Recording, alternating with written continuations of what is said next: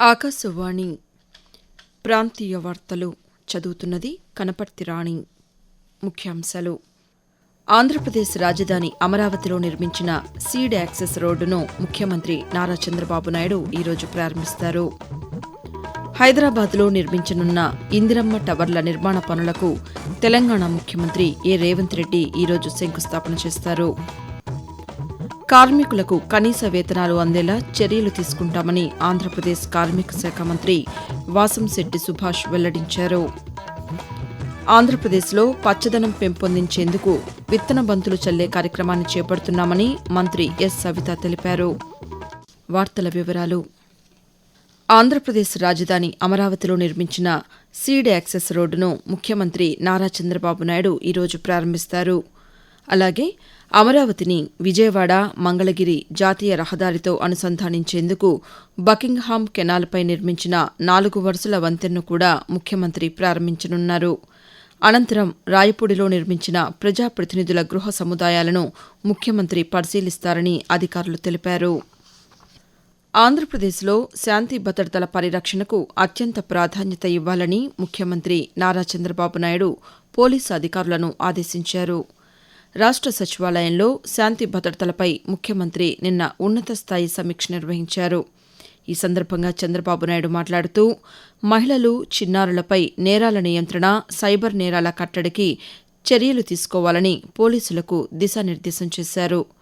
అనంతరం కడప బేసిన్లోని వేంపల్లె పరిసరాల్లో lithium, gallium నిక్షేపాల అన్వేషణకు NGRI సంస్థతో ముఖ్యమంత్రి సమక్షంలో రాష్ట్ర ప్రభుత్వం నిన్న అవగాహన ఒప్పందం కుదుర్చుకుంది. ఈ సందర్భంగా చంద్రబాబు నాయుడు మాట్లాడుతూ కీలక ఖనిజాల అన్వేషణపై ప్రభుత్వం ప్రత్యేక దృష్టి సారించిందని, అందుకు ఈ ఒప్పందాలు దోహదం చేస్తాయని తెలిపారు. హైదరాబాద్ క్యూర్ పరిధిలో తొలి విడతగా నిర్మిస్తున్న ఇందిరమ్మ టవర్ల నిర్మాణ పనులకు తెలంగాణ ముఖ్యమంత్రి రేవంత్ రెడ్డి హైదరాబాద్లోని కూకట్పల్లిలో ఈరోజు శంకుస్థాపన చేస్తారు. ఈ నేపథ్యంలో రాష్ట్ర గృహ నిర్మాణ శాఖ మంత్రి పొంగులేటి శ్రీనివాసరెడ్డి అధికారులతో నిన్న సమీక్ష నిర్వహించారు. ఈ సందర్భంగా మంత్రి మాట్లాడుతూ పేద, మధ్యతరగతి కుటుంబాలకు ఇందిరమ్మ టవర్స్ ద్వారా ప్రభుత్వం సొంత ఇళ్లను ఏర్పాటు చేస్తోందని అన్నారు. హైదరాబాద్లోని కూకట్పల్లిలో 5 ఎకరాల విస్తీర్ణంలో 4 టవర్లను నిర్మించనున్నట్లు తెలిపారు. ఒక్కో టవర్లో 120 ఫ్లాట్ల చొప్పున మొత్తం 480 ఫ్లాట్లను నిర్మిస్తామని చెప్పారు. సముద్ర కోతతో తీవ్రంగా దెబ్బతింటున్న కాకినాడ జిల్లా ఉప్పాడ తీర ప్రాంత రక్షణకు ప్రభుత్వం చర్యలు చేపట్టింది. ఈ మేరకు ఆంధ్రప్రదేశ్ ఉప ముఖ్యమంత్రి కె పవన్ కళ్యాణ్ సమక్షంలో ఐఐటి మద్రాసుతో రాష్ట్ర ప్రభుత్వం అవగాహన ఒప్పందం కుదుర్చుకుంది. 323 కోట్ల రూపాయలతో నిర్మించనున్న తీర ప్రాంత రక్షణ గోడకు అవసరమైన డిజైన్, సమగ్ర ప్రాజెక్టు నివేదిక, సాంకేతిక పర్యవేక్షణ బాధ్యతలను ఐఐటి మద్రాసు చేపట్టనుంది. తీరకోత తీవ్రత, సముద్ర ప్రవాహాలు, అలల ప్రభావాన్ని శాస్త్రీయంగా అధ్యయనం చేసి రక్షణ నిర్మాణాల రూపకల్పన చేయనుంది.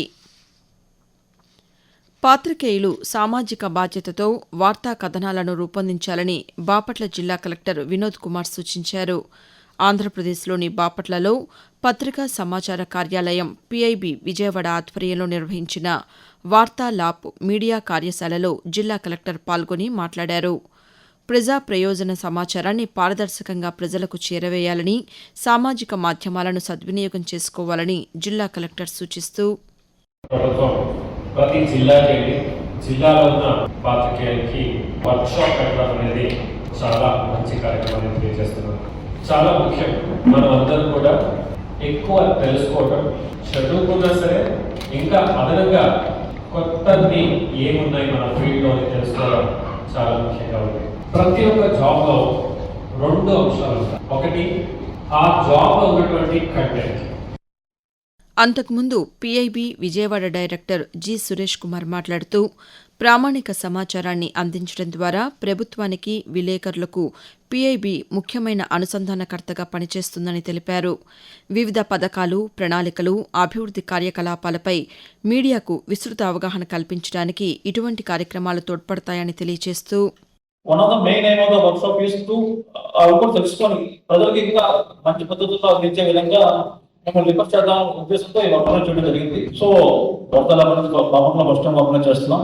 గుంటూరులో ఓపెన్ చేయడం జరిగింది. So I'm very glad that ఈ కార్యక్రమంలో కేంద్ర రాష్ట్ర ప్రభుత్వ శాఖలకు చెందిన సీనియర్ అధికారులు, జిల్లాకు చెందిన పాతికేయులు పాల్గొన్నారు. ఆకాశవాణి ప్రాంతీయ వార్తలు వింటున్నారు. ఆంధ్రప్రదేశ్లో పచ్చదనం పెంపొందించేందుకు విత్తన బంతులు చల్లే కార్యక్రమాన్ని విస్తృతంగా చేపడుతున్నామని బీసీ సంక్షేమ శాఖ మంత్రి ఎస్ సవిత తెలిపారు. శ్రీ సత్యసాయి జిల్లా పెనుగొండలో అటవీశాఖ ఆధ్వర్యంలో డ్రోన్ల ద్వారా విత్తన బంతులను వెదజల్లే కార్యక్రమాన్ని ఆమె నిన్న ప్రారంభించారు. అనంతరం మంత్రి మాట్లాడుతూ ప్రస్తుతం జిల్లాలో అటవీ విస్తీర్ణం 14% ఉందని, దీనిని మరింత పెంచాల్సిన అవసరం ఉందని అన్నారు. జిల్లాలో 113 ప్రాంతాల్లో సుమారు 13 లక్షల విత్తన బంతులు చల్లేందుకు చర్యలు చేపట్టినట్లు తెలిపారు. కార్మికులకు కనీస వేతనాలు అందేలా చర్యలు తీసుకుంటామని ఆంధ్రప్రదేశ్ కార్మిక శాఖ మంత్రి వాసంశెట్టి సుభాష్ తెలిపారు. విజయవాడలో కనీస వేతనాల సలహా మండలి చైర్మన్, సభ్యులతో నిర్వహించిన సమన్వయ సమావేశంలో మంత్రి నిన్న పాల్గొన్నారు. ఈ సందర్భంగా ఆయన మాట్లాడుతూ ప్రస్తుత పరిస్థితులకు అనుగుణంగా కనీస వేతనాల నిర్ణయం, సవరణ ప్రక్రియను వేగవంతం చేయాలని సూచించారు. కార్మికుల హక్కులను పరిరక్షిస్తూ పరిశ్రమల అభివృద్ధికి అనుకూల వాతావరణం కల్పించడమే ప్రభుత్వ లక్ష్యమని మంత్రి స్పష్టం చేశారు. తెలంగాణలో బీసీ మహిళల స్వయం ఉపాధి, ఆర్థికాభివృద్ది కోసం ఉచిత కుట్టు మిషన్ల పంపిణీ కార్యక్రమాన్ని ఈ రోజు నుంచి ప్రారంభించనున్నట్లు బీసీ సంక్షేమ శాఖ మంత్రి పొన్నం ప్రభాకర్ ఒక ప్రకటనలో తెలిపారు.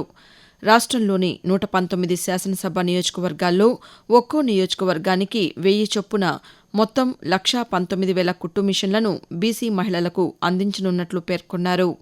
ఈ పథకం ద్వారా బీసీ మహిళలకు స్వయం ఉపాధి అవకాశాలు పెరగడంతో పాటు వారి కుటుంబాల ఆర్థిక స్థితిగతులు మెరుగుపడే అవకాశం ఉందని మంత్రి పేర్కొన్నారు. హర్ఘర్ తిరంగా కార్యక్రమంలో భాగంగా ఆంధ్రప్రదేశ్లోని నంద్యాలలో స్వాతంత్ర్య సమరయోధుల అరుదైన చిత్రపటాల ప్రదర్శన నిర్వహించారు. ఈ కార్యక్రమంలో మైనారిటీ సంక్షేమ శాఖ మంత్రి ఎన్ఎండి ఫరూక్ ముఖ్య అతిథిగా పాల్గొని చిత్రపటాలను తిలకించారు. ఈ సందర్భంగా ఆయన మాట్లాడుతూ మహాత్మాగాంధీ, భగత్ సింగ్, అల్లూరి సీతారామరాజుతో పాటు జిల్లాకు చెందిన ఉయ్యాలవాడ నరసింహారెడ్డి వంటి సమరయోధుల త్యాగాలను స్మరించుకున్నారు. యువత స్వాతంత్ర్య సమరయోధుల పోరాట స్ఫూర్తిని ఆదర్శంగా తీసుకోవాలని మంత్రి ఈ సందర్భంగా సూచించారు. వాతావరణం. ఉత్తర బంగాళాఖాతంలో ఏర్పడిన అల్పపీడన ప్రాంతం అదే ప్రాంతంలో కొనసాగుతోందని అమరావతి వాతావరణ కేంద్రం తెలిపింది.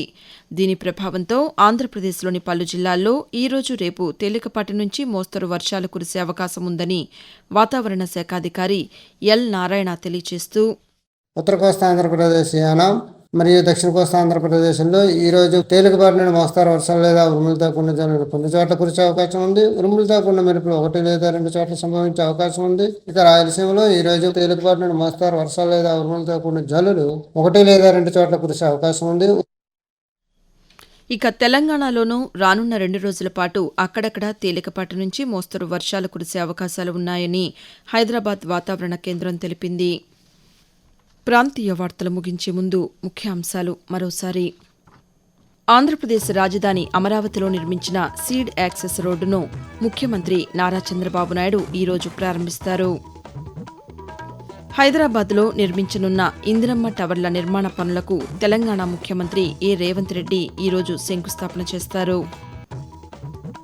కార్మికులకు కనీస వేతనాలు అందేలా చర్యలు తీసుకుంటామని ఆంధ్రప్రదేశ్ కార్మిక శాఖ మంత్రి వాసంశెట్టి సుభాష్ వెల్లడించారు.